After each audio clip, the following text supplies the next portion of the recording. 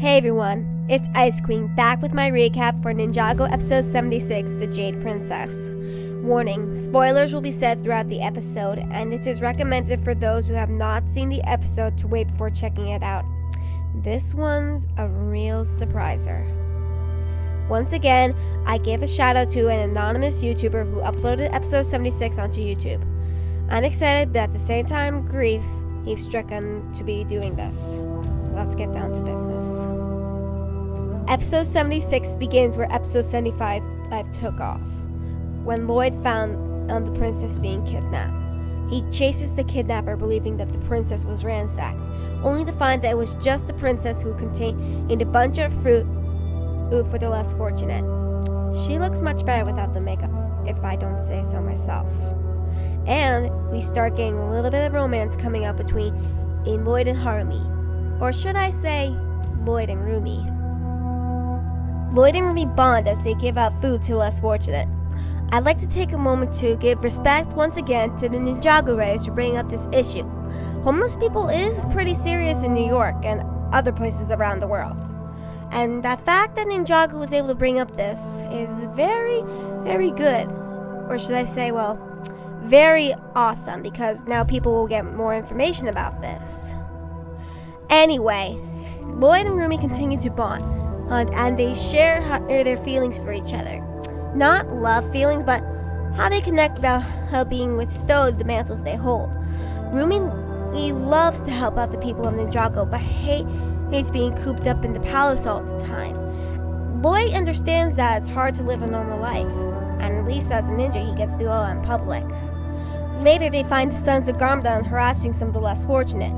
Fortunately, they don't have to go and step in. Samurai X is able to do that for them. It is also said that after a year, the identity of the samurai remains a mystery. Pixel! Anyway, speaking of mystery, the sons of Garmadon call in Ultraviolet, and from everything I've heard about her so far, she is said to be all cuckoo, cuckoo, cuckoo. After they saw Samurai X save the homeless people, Hutchins finds Lloyd and Rumi. Rumi's ended up scolded by her parents for sneaking out, and is also heartbroken because she apparently has feelings for the Green Ninja.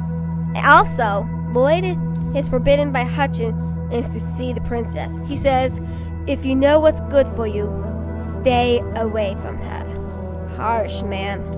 Real harsh. During a training session the day after Hutchins catches Lloyd and Rumi, the ninja believed that what happened between the two the night before was a date. Although Lloyd denies the fact at first. Not surprising. Most people say after their first date that it wasn't a first date.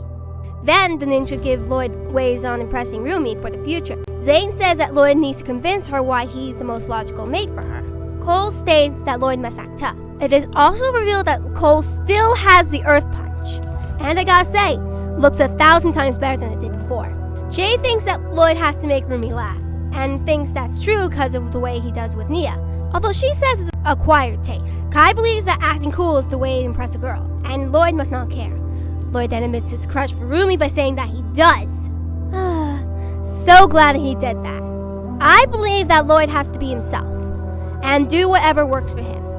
I think I'll have to figure that out later on though. Side note before moving on. The animation of the spinjitzus this season is so realistic and amazing as well.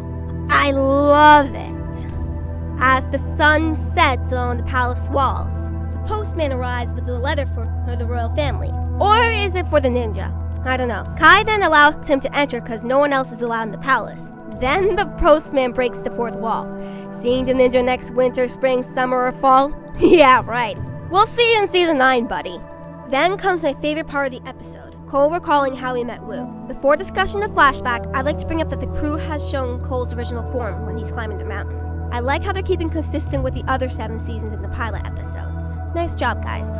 Anyway, when Cole reaches the top, he sees Wu drinking his tea. He asks who Wu is, and Wu retaliates with a question for Cole. He then asks why Cole climbed the mountain. It is revealed that before the pilot episodes, Cole just lost someone, and is revealed to be his mother, and he's angry with his father that he's not coping with his grief. Instead, Lu is performing at the Royal Blacksmith and is never home, leaving all the responsibilities of home for poor Cole.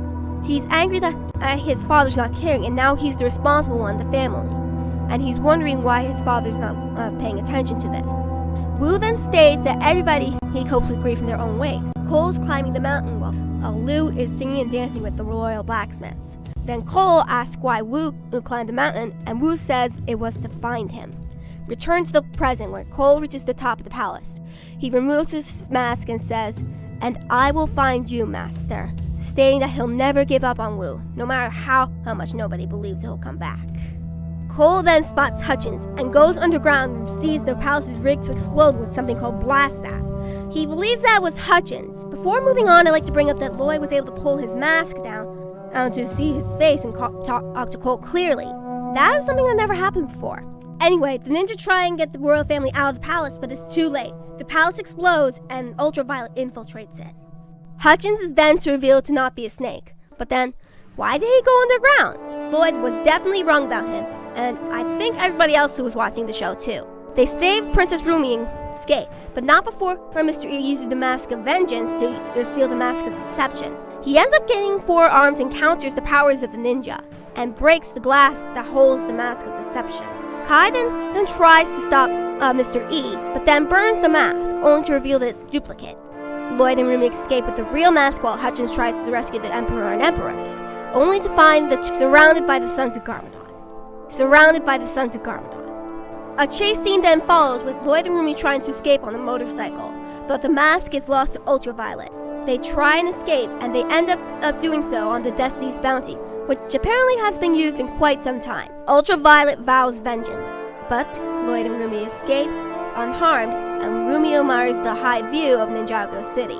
Sadly, the episode ends in grief, as the Emperor, Empress, and Hutchins all were said to have died in the blaze, and now Rumi has the ninja as the family, with the vow that they'll stop the Sons of Garmadon and find out what they're up to.